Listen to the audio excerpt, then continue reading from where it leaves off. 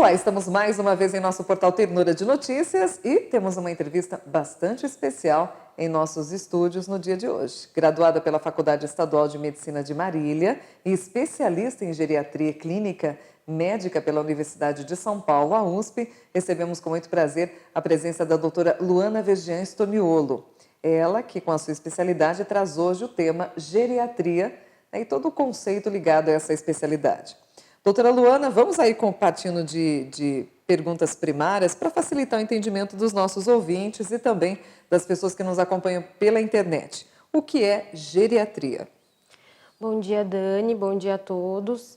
Geriatria é uma especialidade médica, né, que é focada em idoso. É um cuidado em pessoas idosas que são consideradas acima de 60 anos, né?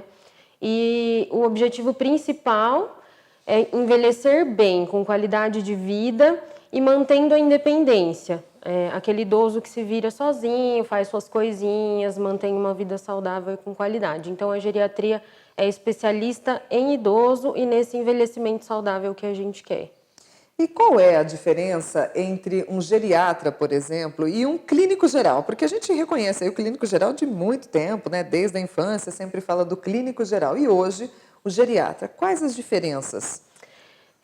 Então, o geriatra, ele é especialista em idoso, né? Geralmente, idoso tem uma particularidade, assim como a criança na pediatria, a gente considera o idoso peculiar em relação ao adulto, é diferente. Por quê? Geralmente ele tem mais de 3 doenças, usa mais de 3 medicações, essas medicações interagem entre si, tem algumas medicações que para idoso contraindicada, que a gente usa na fase adulta, mas para idoso a gente contraindica.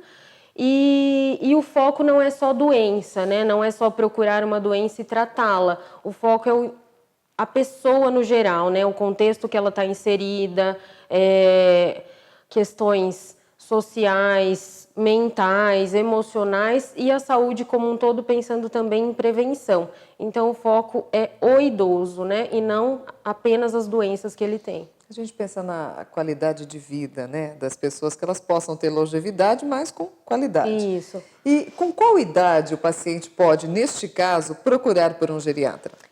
Assim, a gente diz que o quanto antes melhor, né? Não tem uma idade específica para procurar o geriatra. Eu vou completar 60 anos, então eu vou procurar o geriatra. Não. O geriatra, de formação, ele é um clínico geral. Primeiro ele tem que fazer a especialidade em clínica geral para depois fazer geriatria, né?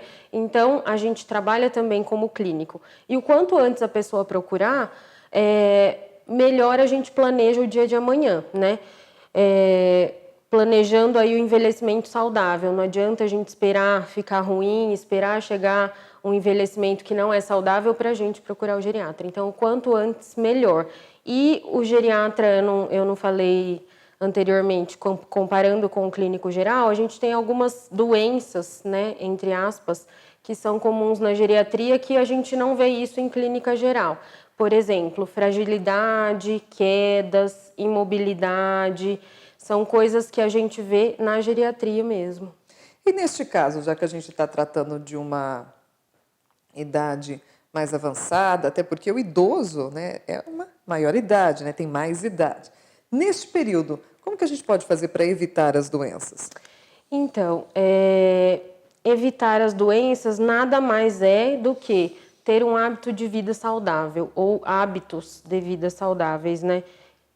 Tudo que a gente ouve a vida inteira é o que a gente fala também no envelhecimento. Então, a prática de atividade física, isso é essencial. Mente ativa, a gente sempre está usando a cabeça, raciocínio, nunca parar, né? Sempre está estimulando aí o tico e teco. Além de alimentação saudável, ter redes sociais de amigos, né? Isso é super importante porque a solidão não faz bem para ninguém. Então, como que a gente faz para envelhecer bem, como a gente previne doenças? Se alimente bem, faça uma prática de atividade física, durma bem, né? Mantenha a sua cabeça sempre ativa e seja feliz com amigos e vivendo a vida independente da idade. Uma das receitas mais positivas, digamos E não assim. existe vitamina nem fórmula milagrosa, né? E neste caso, quais são as doenças mais comuns que a doutora aí diagnostica nos idosos? As mais comuns são as doenças crônicas, que a gente já está acostumado a lidar, né, a ouvir, pressão alta, diabetes, colesterol, problemas cardíacos em geral, mas principalmente osteoporose, osteoartrose, e entram aí as doenças mais peculiares, mais particulares nos idosos, além de depressão, que é extremamente comum, a demência, né, que entra aí várias causas de problema de memória, a fragilidade, quedas, sarcopenia, que são algumas entidades específicas que em outros momentos a gente pode conversar melhor sobre isso. Mas mais ou menos isso. E quando a gente fala sobre memória, já que foi apontado um dos casos aí que hoje a gente está com um índice cada vez maior em elevação a essa questão das demências nos idosos, como a gente pode perceber esse problema e identificar aí se pode ser, por exemplo, né, o mal de Alzheimer, né, que é tão falado aí, por exemplo? Problemas de memória, né, o esquecimento, é uma queixa muito comum no consultório. E, geralmente, não só o mal de Alzheimer que pode causar, né? Existem várias coisas que podem aí estar mexendo com a parte da memória. Isso também eu acho legal a gente conversar bastante num segundo encontro especificamente sobre isso, que é um assunto bem amplo. Mas como que quem está ouvindo a gente agora para pensar, nossa, será que meu pai ou minha mãe ou meu avô está com algum problema de memória? Como que a gente percebe isso? Principalmente quem conhece bem aquela pessoa, né? Que sabe como é aquela pessoa, como ela funciona, Os né? hábitos, Os né? hábitos e A nas tarefas do rotina. dia a dia e na rotina são aonde a gente percebe algumas falhas, né? Como esqueceu panela no fogo, tá muito repetitivo. Se você fala uma coisa, depois a pessoa age como se você não tivesse falado aquilo e pergunta novamente. Não sabe onde guardou algum objeto, já não lembra de pessoas que geralmente tinha contato, começa a se perder em lugares que a pessoa conhecia, perde a habilidade para conseguir fazer coisas novas ou aprender coisas novas, ou mesmo perde a habilidade de fazer coisas que antes tinha muita habilidade. Então, algumas coisas sutis no dia a dia vêm surgindo e gradativamente isso vem piorando. Então, essas coisas simples aí vão deixando a gente com um sinal de alerta, né? Bom, preciso procurar um geriatra, fazer uma avaliação para ver por que isso está acontecendo e se isso pode ser ou não um Alzheimer, fora a alteração de comportamento. Isso também é muito comum, mas essa alteração de comportamento geralmente vem na fase mais moderada, né? Então já é uma coisa um pouquinho mais avançada. A pessoa começa a falar algumas coisas que jamais falaria, começa a ter um comportamento esquisito. Isso também acende aí um alerta para a gente cuidar.